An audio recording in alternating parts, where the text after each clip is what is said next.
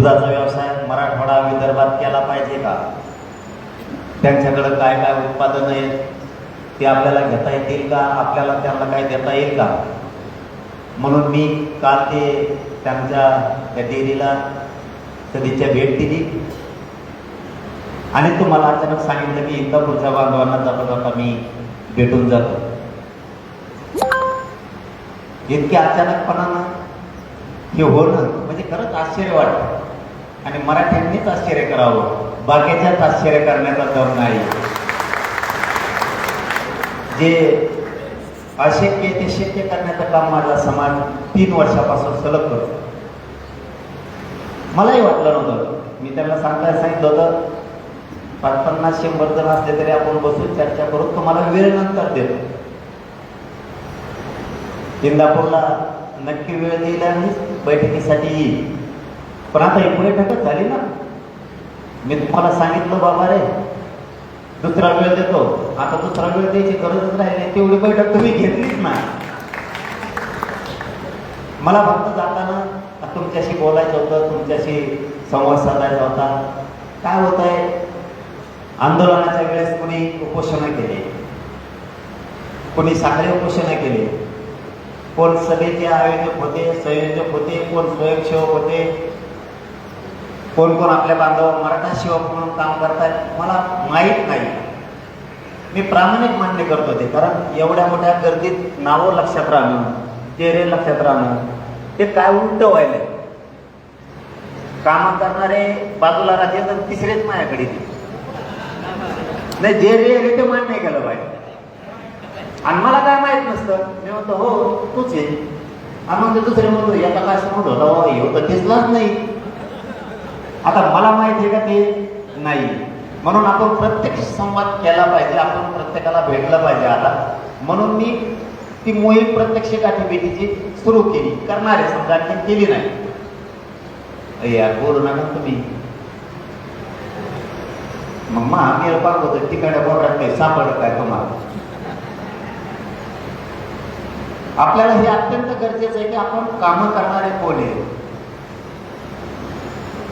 कोणी कोणी रातपाट करून मेहनत घेतली, त्याचं कारण असं आहे की आपल्याला समाजाचं आणखी मोठं काम करायचं आहे. म्हणून नुसते मोर्चे काढून आपलं भागणार नाहीये, त्या सभा घेऊन आपलं भागणार नाही.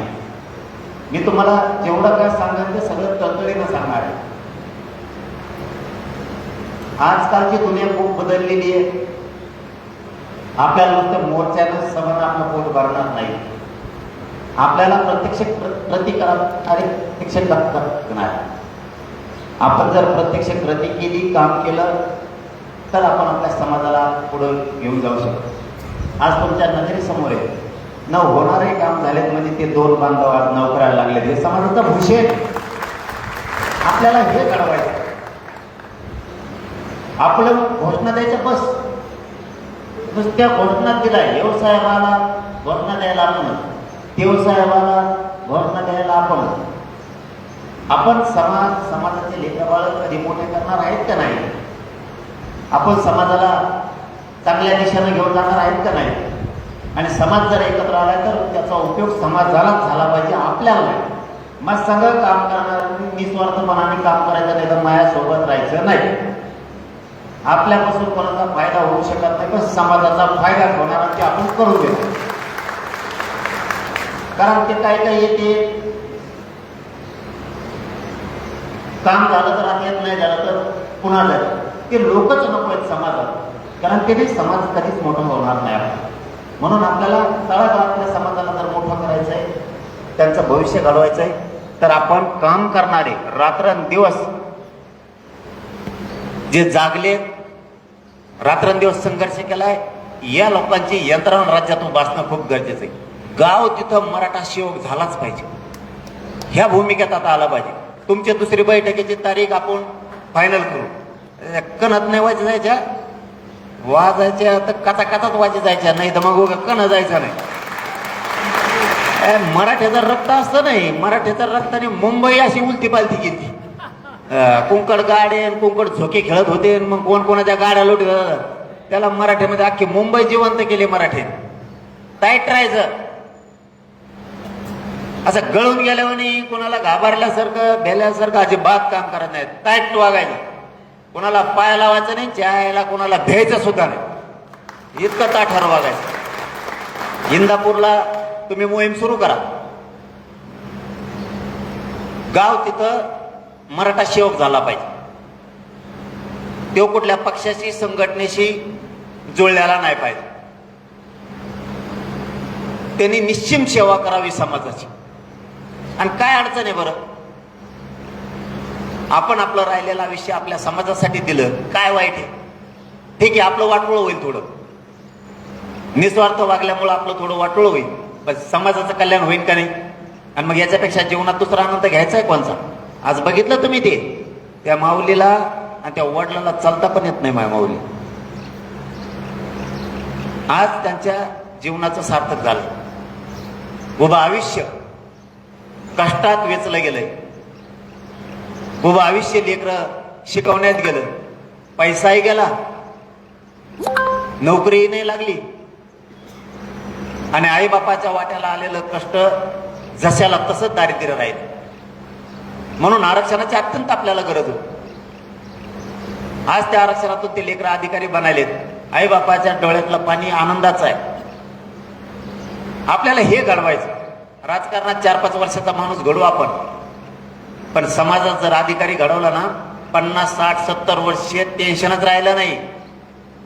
10 पिढ्या, एक नोकरी लागली ना 10 पिढ्या सुधारत्या.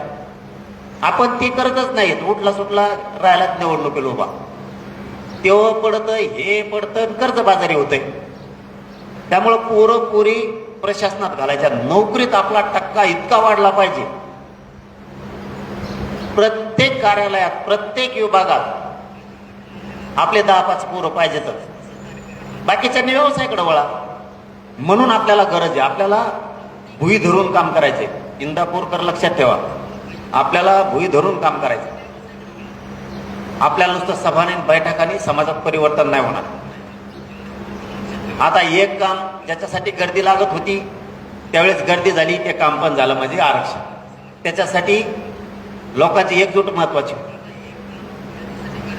ती एकजूट झाली, आरक्षण मिळालं.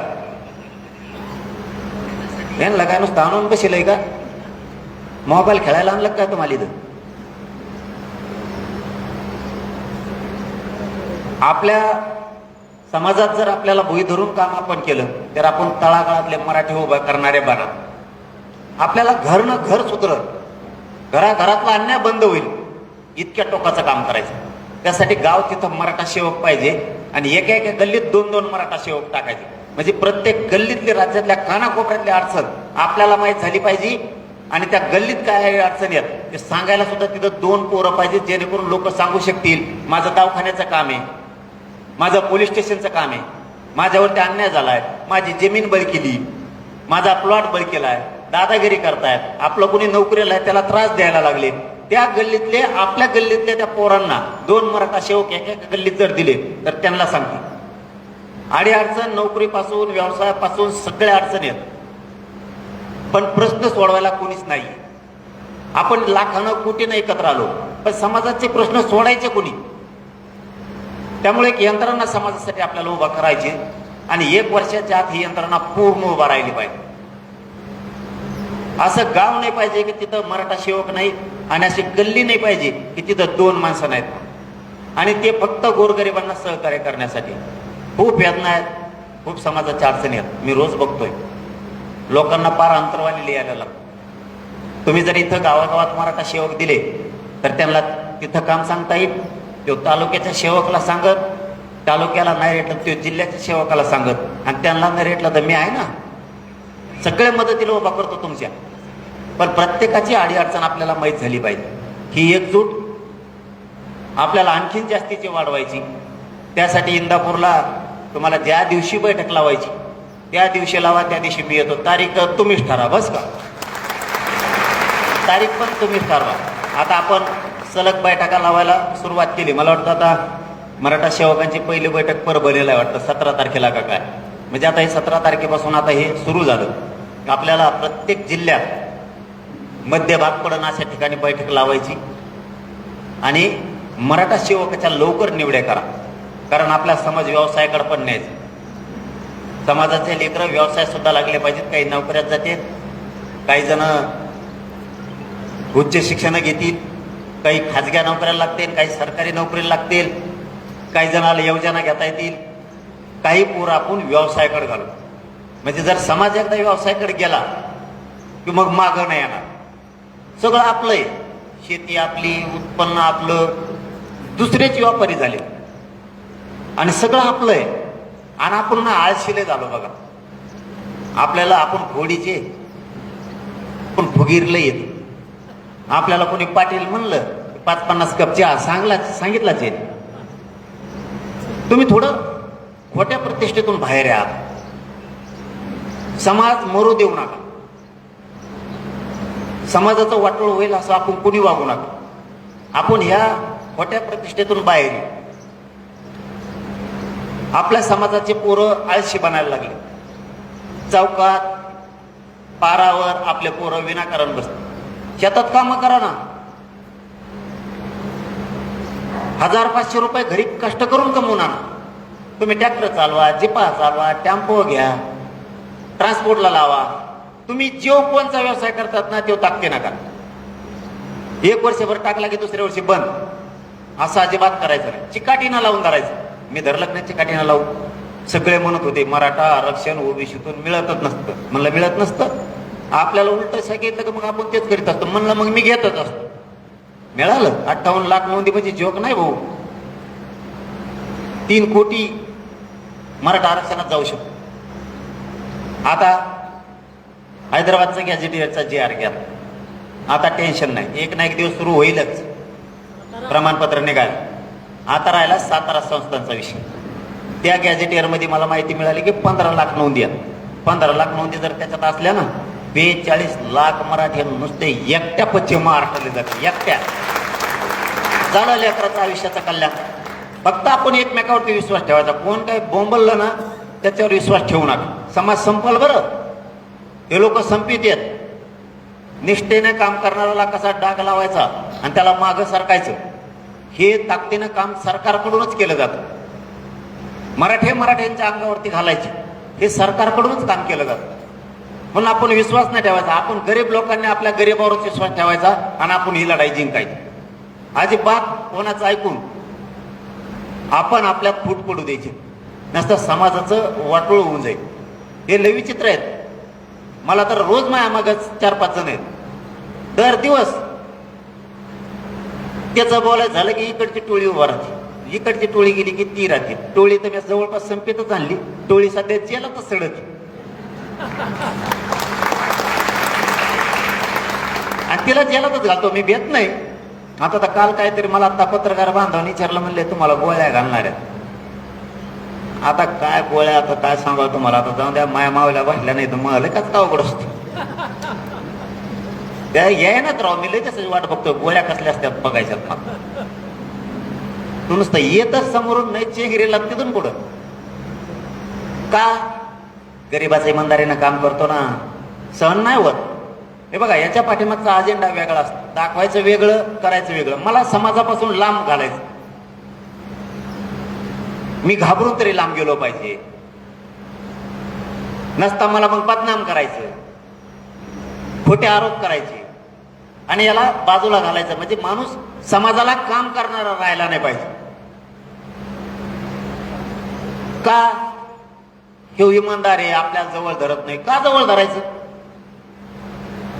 सरकारला, दुकान चालविणाराला, दुकानदाराला, मराठ्यांच्या जीवावर पैसे कमविणाराला का जवळ धरायचं मी? समाजासाठी निस्वार्थपणे काम करा. हेच समाज तुम्हाला डोक्यावर घेईल. कारण मी निस्वार्थपणानं समाजासाठी काम केलं. समाजाशी एकनिष्ठ राहा. आपल्याला सातारा संस्थांचं गॅझेटियर पण घ्यायचं. त्याच्यामुळे आता आपल्याला पुन्हा उठाव करायचा महाराष्ट्राला पुऱ्या. कारण आंदोलनाची तारीख कधी डिक्लेअर होईल माहित नाही. जिथं कुठं आंदोलन असेल राहिलेल्या मागण्यासाठी सगळ्यांना ताकदीने यायचा. येणार का सगळे एक जीवन सांगा. मग बघा मी कसा मसाळा करतोय. मग आपला दंका लय अवघड असतो. तुम्ही असल्यावर मी भेटत नाही राव कोणाला. तुम्हाला नुसतं मुंबईला चला म्हणलं, असे कना आलात तुम्ही. कोणालाच सुधरत नव्हतं. अर्ध्या मुंबईला वाटत होतं येणे माघारीच जाऊ नये. तिथं राहून काय करावं. भाकरी तुम्हाला नाही भेले ते सरकार, तुम्हाला नाही भेलं सरकार, भाकरीला भेले ते ढिगलं पडले का. त्यांना वाटलं काय बेकार मराठी करावे, नुसत्या भाकरी आणा म्हणलं तर इथं मुंबईत भाकरी बसत नव्हत्या. खरंच नतमस्तक असा समाज होणे नाही. खरंच मराठा समाजात भयानक एकजूट होती.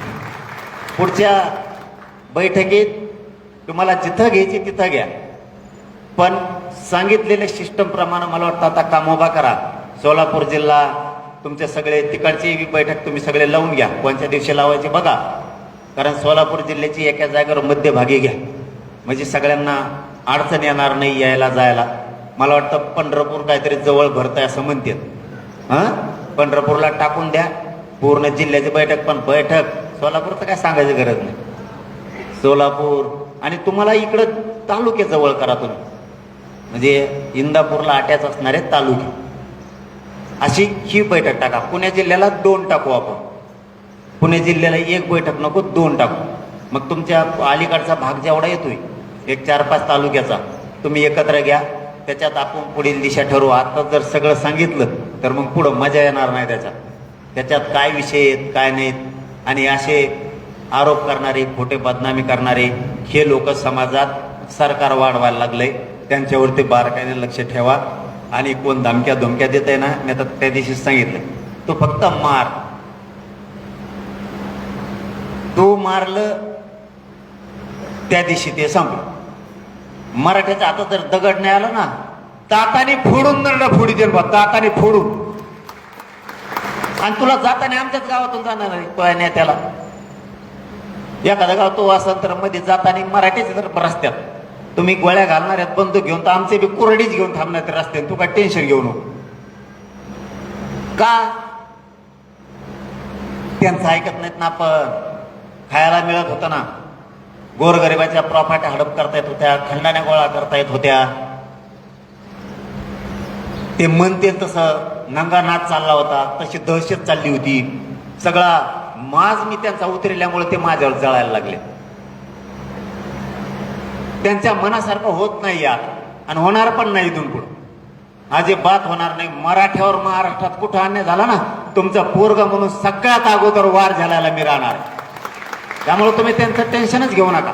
आणि त्याला फक्त येऊ द्या, त्याला कधी बी येऊ द्या. आणि महाराष्ट्रातल्या कोणत्याही कोपऱ्यात येऊ द्या, त्याच्याही नेत्याला महाराष्ट्रात फिरायचंच आहे, नेताच आणायचा. त्यांनी आपल्यावरती वार केलाय की आपण बुडं सोडून द्यायचे, आता फांद्या आणायचं बस झालं.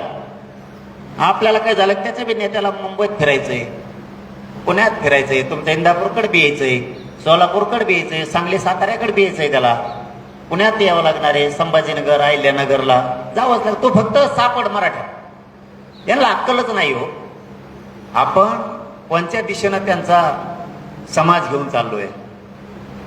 यांच्या 10-5 लाभार्थी टोळीमुळं त्या समाजाचे किती हाल होतील. कारण मराठा संख्या लहान नाहीये. मराठी एकदा बिघडल्यावर काय करतील त्यांच्या डोक्यातच नाहीये. ते फक्त लाभार्थी टोळी अख्ख्या समाजाला विठीस धरायला लागली.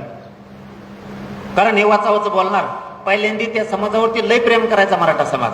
ह्या लाभार्थी टोळीच्या ह्या असल्या नालायकपणामुळं आपले लोक त्यांना कोणालाच जवळ करण्यात आता.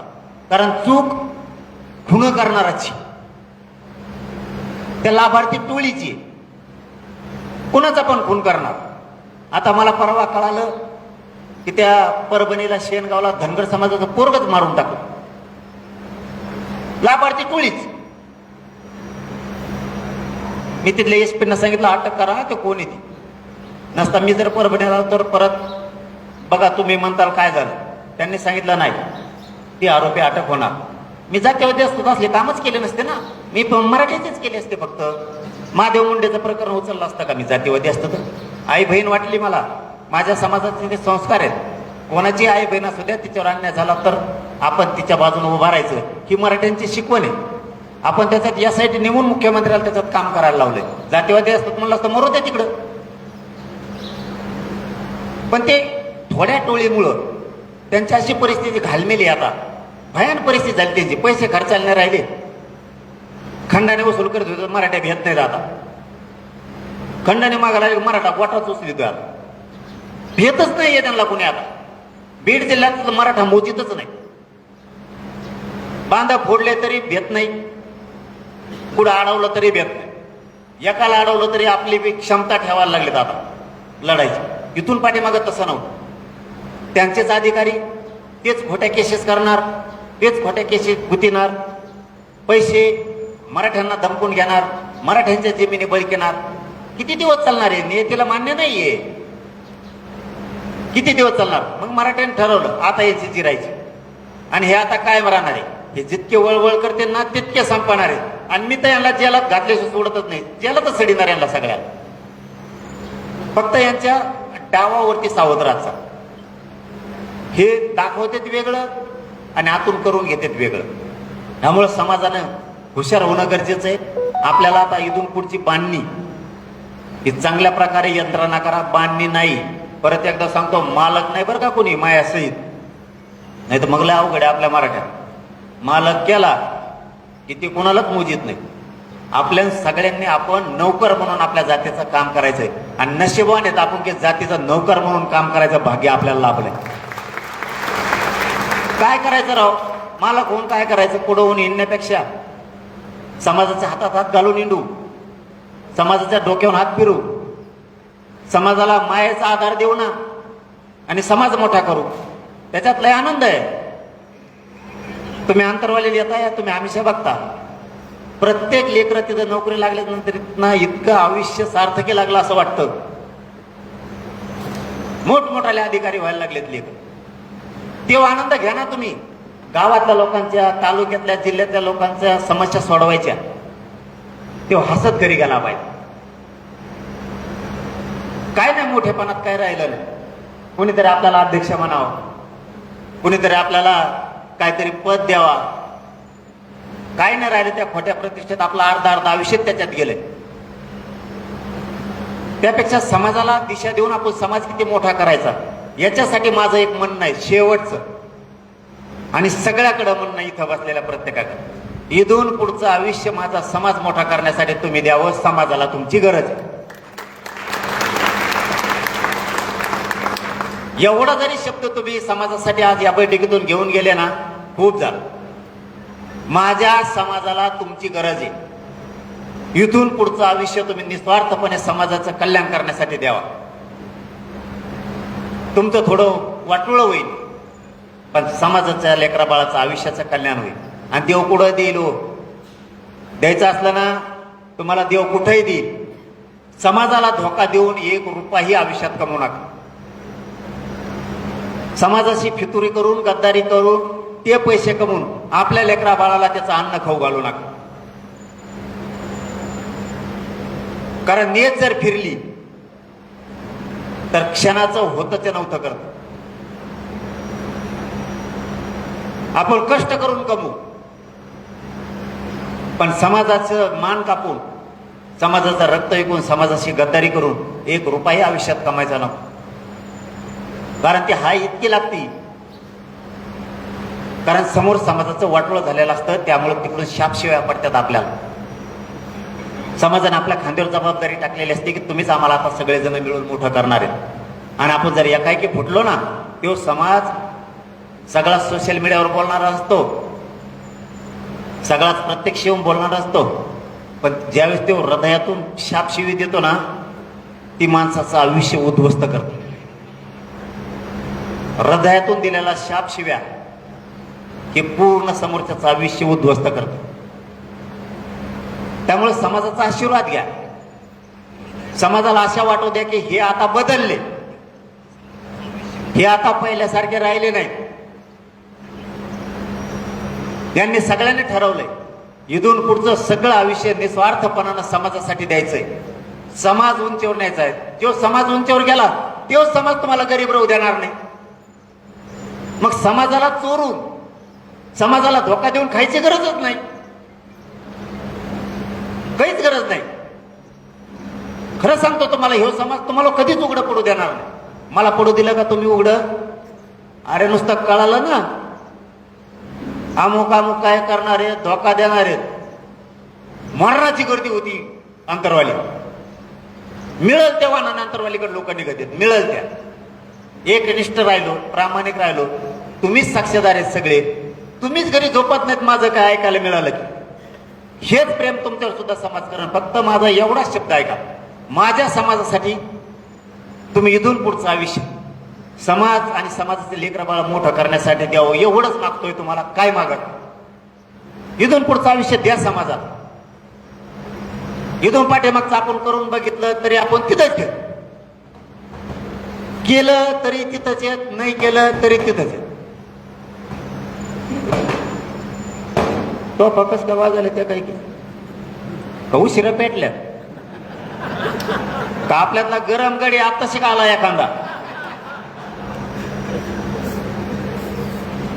आपलं आयुष्य जर आपल्या समाजाला आपण दिलं ना, बरं काय अडचण आहे. उदाहरणार्थ इंदापूर मध्ये 50,000 मराठा, किती आहे मला माहित नाही पण धरून चाल, 1,20,000 इंदापूर तालुक्यात. लय रॉंग. 1,00,000 100 जण नाहीत काही इमानदार.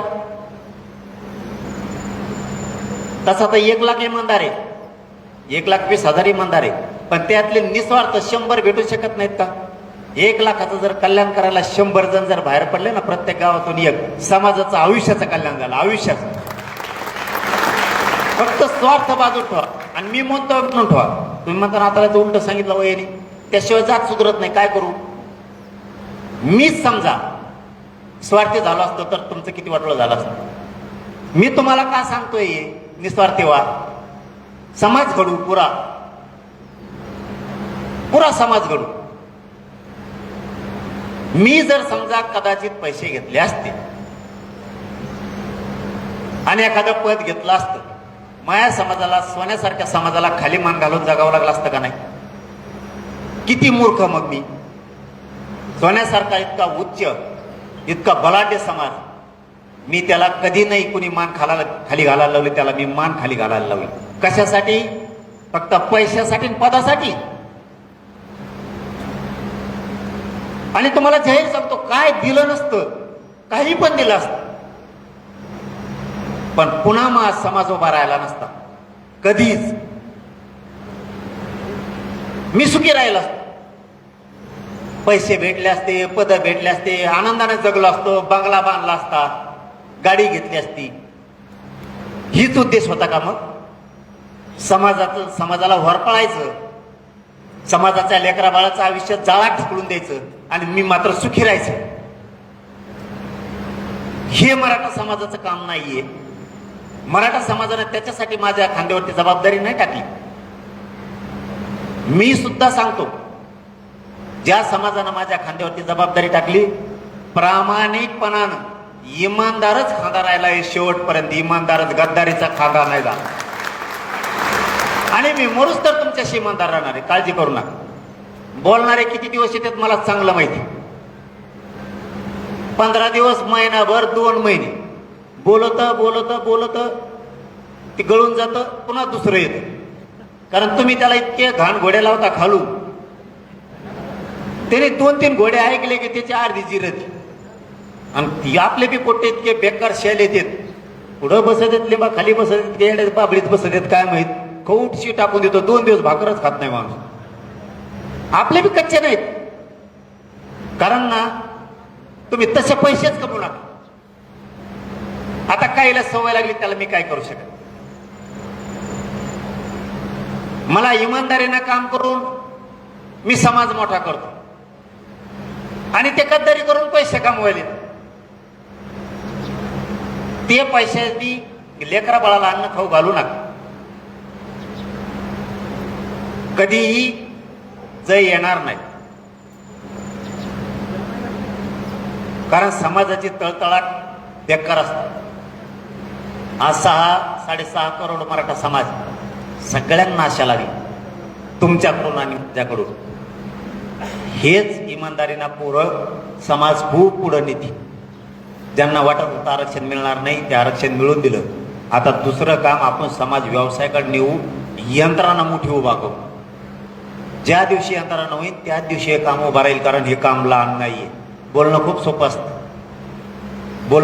असतं. समाज ज्या ज्या वेळेस आपल्यावरती जबाबदारी टाकतो त्यावेळेस पुढं नेताना समाज द्यायला कमी नाही पडत, काही द्यायला तयार आहे, फक्त करणारा इमानदार लागतो. म्हणून गावागावातले, तालुक्यातले, जिल्ह्यातले, राज्यातले, कानाकोपऱ्यातले पोरं एकत्र येऊ, इमानदार पोरं प्रचंड मोठी यंत्रणा उभा करू आपण आणि त्याच्यातून समाजाला व्यवसाय करू. समाज नुसतं मागावं लगेच द्यायला तयार आहे.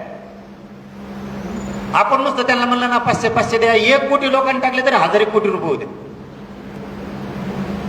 500 द्या म्हणलं तरी पण तेच आपल्या समाजाच्या लेकराला जर आपण व्यवसायाला दिले, सुधारले की पोरं. समाज सुधारणं म्हणजे काय? पुढं न्यायचा म्हणजे कसा? फक्त पैसे घेणारा पण इमानदार पाहिजे.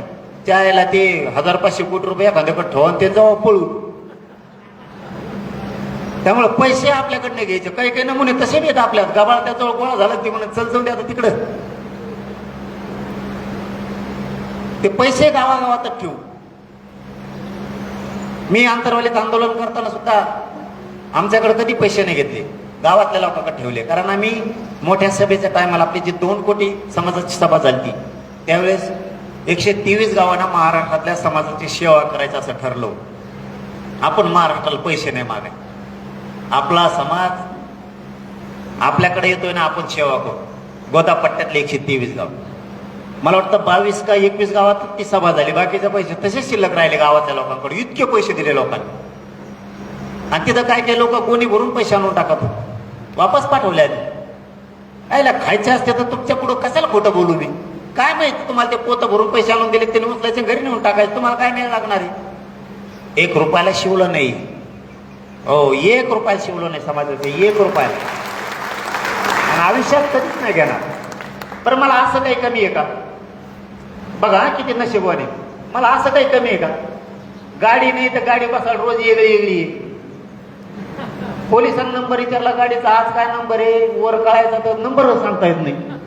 कारण आज लगेच बदललेला असतो. दुसराच मराठा गाडी घेऊन येतो, आपल्या गाडीत बसा. बस मला कुठं डिझेल टाकायचं? माझ्याजवळ काय आहे डिझेल टाकायला? ज्याला पाठीची गाडी त्याला आधीच सांगत असतो डिझेल टाक बरं का, नाही तर गाडी आणून सोडशील माझ्या दारात. परत आमची पंचायत आम्हाला परत 150 गोळा करायला लागते, देतो का?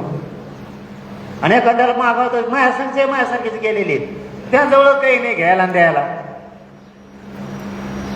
समाज मला असं काय कमी पडू देतो? हाक मारली उभा आहे. मुंबईत जायचं लगेच उभा आहे. आता म्हणलं दिल्लीला जायचं, ते म्हणले फक्त तारीख तर सांगा तुम्ही, आम्ही ट्रकच घेऊन येणार आहेत. म्हणजे रेल्वे, मी म्हणतो रेल्वे झाला, ते म्हणते ट्रक घ्यायची. ते म्हणते झोपाची व्यवस्था होते, मग ताण होत नाही. आपल्या भाकरी पीठ ते घेतलं संघ, बाजरी ज्वारीचे ताण नाही राहत. रेल्वेत का गाबाळ बसला म्हणते ते. मग आता हे बहुतेक मुंबईच्या तारखेला ट्रकच घ्यायचा अंदाज दिसतो यांचा. आता तिकडचे मराठी म्हणते तुम्ही जर ट्रक घेऊन आले तर आमची दिल्लीत दिसणार नाही. म्हणलं मग ट्रकवर उभा राहून बघ. कारण तिकडच्या आपच त्याला भेदरपान लागलंय मुंबई बघितल्यापासून. हे जर दिल्लीत आले तर का दिल्ली बघायला नाही का? दिल्ली बघायला नाही पाहिजे का आपण? सगळे दुनिया बघती राव. यायचं का दिल्लीला येतात का? हो, इतके हो म्हणल्यावर तर मताळाच झाला दिल्लीचं. एका याच्यातून एवढं म्हणलं तर येतं तालुक्याचे बी नाहीत नुसत्या तुमच्या. आपण आपला इतिहास बघितला पाहिजे. आपल्या राजाच्या कुठपर्यंत गेलेत, आपले राजे कुठपर्यंत लढलेत, पाऊल खुणा बघितल्या पाहिजे ना राव. नाही दुसऱ्याला सांगा लागतं मुंबईला कोण आहे, दिल्लीला कोण आहे, तेवढं मा काम होतं बघता का? आपण स्वतः हुशार, घराघरातला समाज हुशार करा. घराघरातला सगळ्यांनी सावध व्हा आणि सगळ्यांनी व्यसनापासून लवकर लांब जा. दारू पेत जाऊ नका गड्या.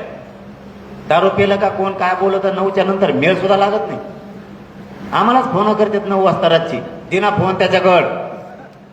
अरे मी त्याला ओळखतो, पेल्यावर कुंकड रान हाणते. सकाळी परत म्हणते रती काही चुकलं काय हो, माफ करा हो, मी बोललो होतो. म्हणजे 5-50 घोड्या लावले तर मग म्हणतो चुकलं. दारूपासून लांब जा रे. लय आपल्या कुटुंबाचं वाटलं होतंय. इथं पेत कोणी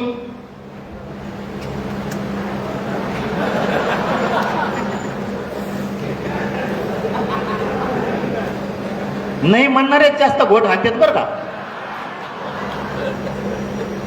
कारण जे पेत नाही ते तर काही म्हणलाच नाही. जे पेतो तेच नाही म्हणतो मी नाही. दारू पिऊ नका, तुमच्या पाय पडतो. आपल्या कुटुंबाचं वाटलं होतं, पाहुणे रावळे मित्र गावकरी सगळे नाव ठेवतात आपल्याला. आपलं संसाराची बरबादी नका करू.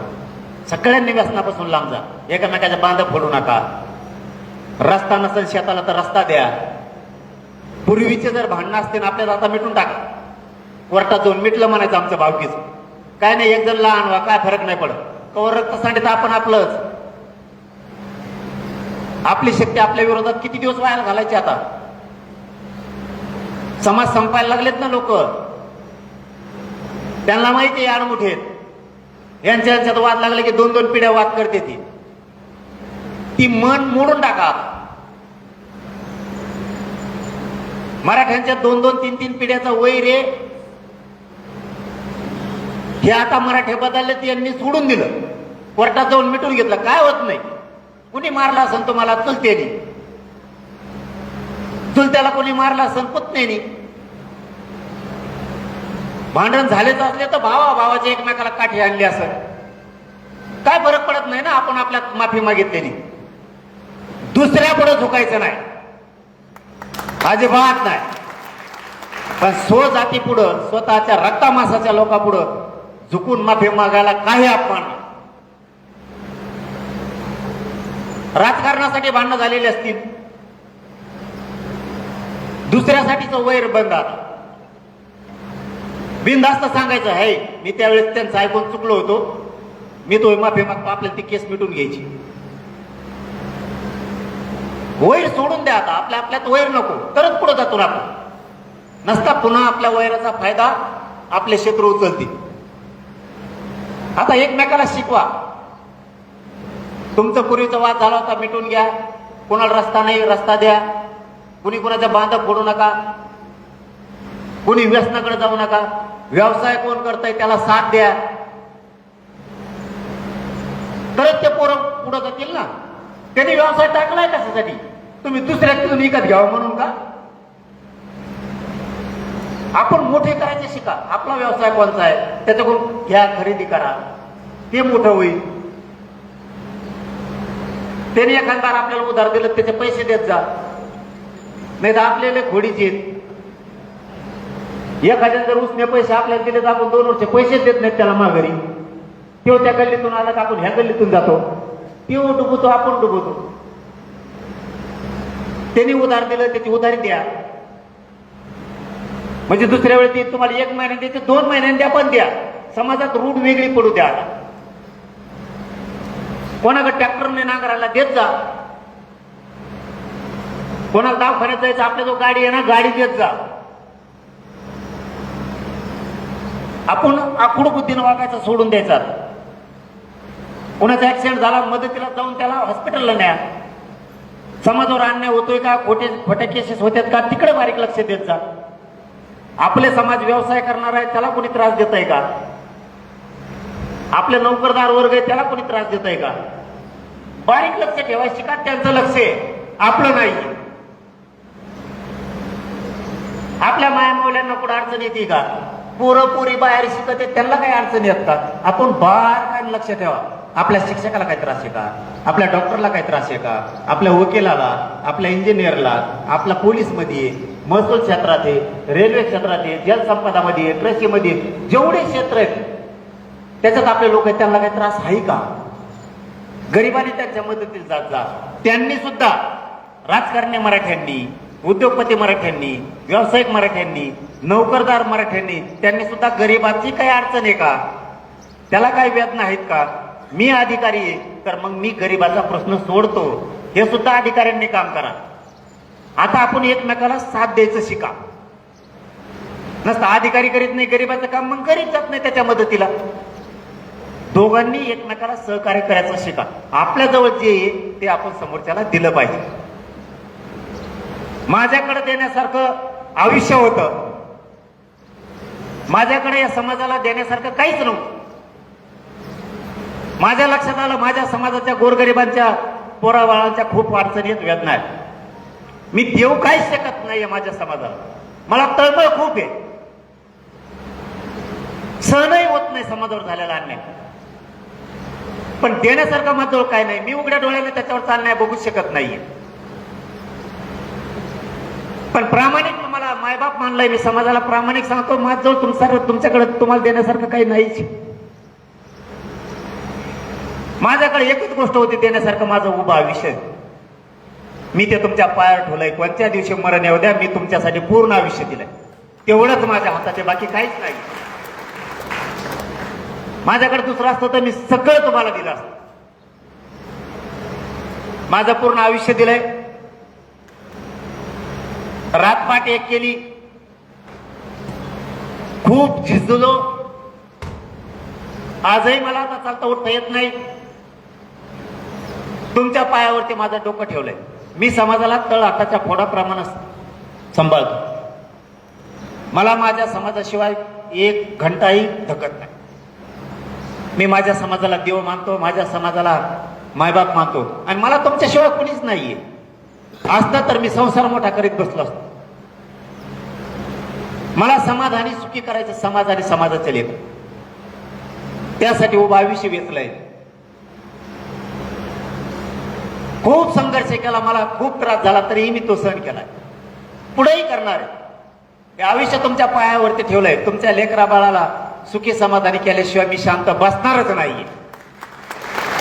माझ्याकडे जे आहे ते सगळं दिलंय मी. माझा जीव तुमच्या पायावरती ठेवलाय, माझं आयुष्य तुमच्या पायावरती ठेवलंय. फक्त इमानदार राहा, एवढंच माझं तुमच्याकडे मागणं आहे.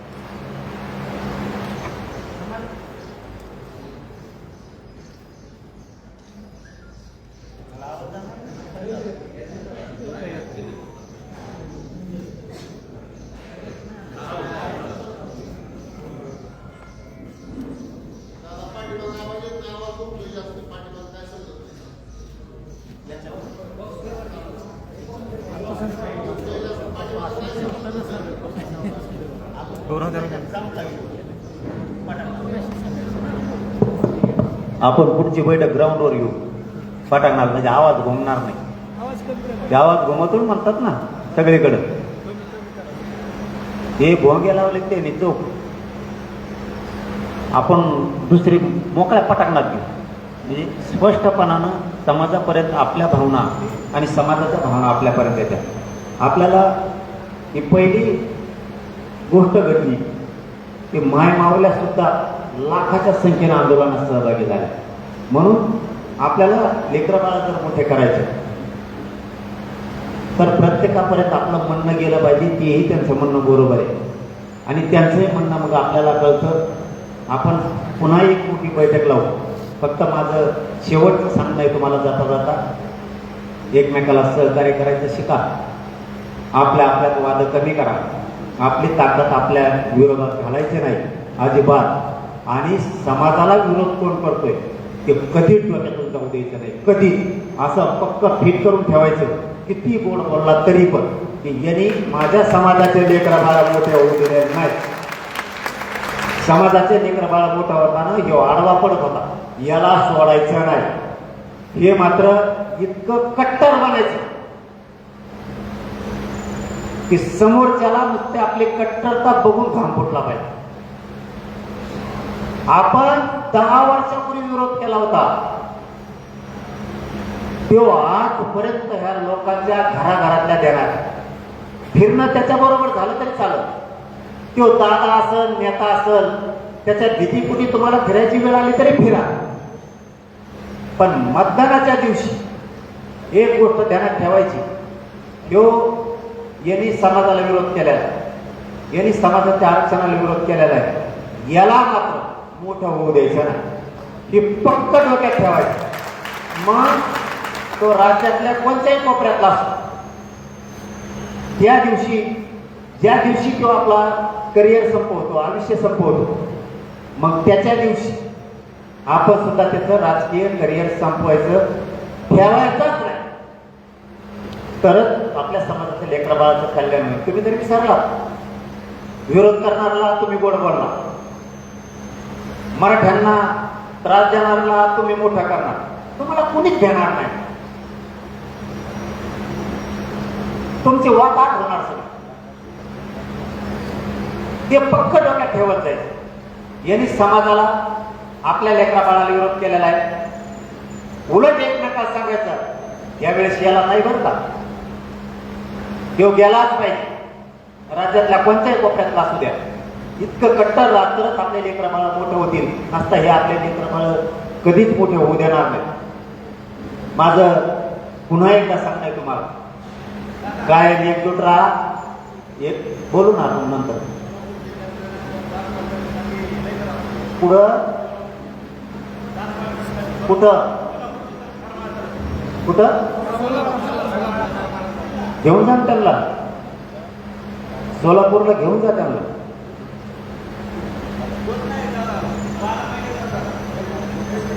व्हॅलिडिटी काय ना, व्हॅलिडिटी. आता हे यांचे दोघांचा नंबर घेऊन जा. जाता हे दिसलेच रे, सांगतो नसता मी शिरसाट साहेब सांगतो मंत्री महोदयांना की सोलापूर जिल्ह्यातले व्हॅलिडिटी देत नाही. मी आता गाडी पुस्तक लगेच सांगून देतो, उद्या जावा तुम्ही तिथे. आपली पुढची बैठक तुम्हाला त्या दिवशी घ्यायची त्या दिवशी घ्या. मी पुन्हा येतो. एकजूट मात्र कायम ठेवा. समाजाला तुमची गरज आहे ही शब्द ध्यानात राहू द्या. जय शिव.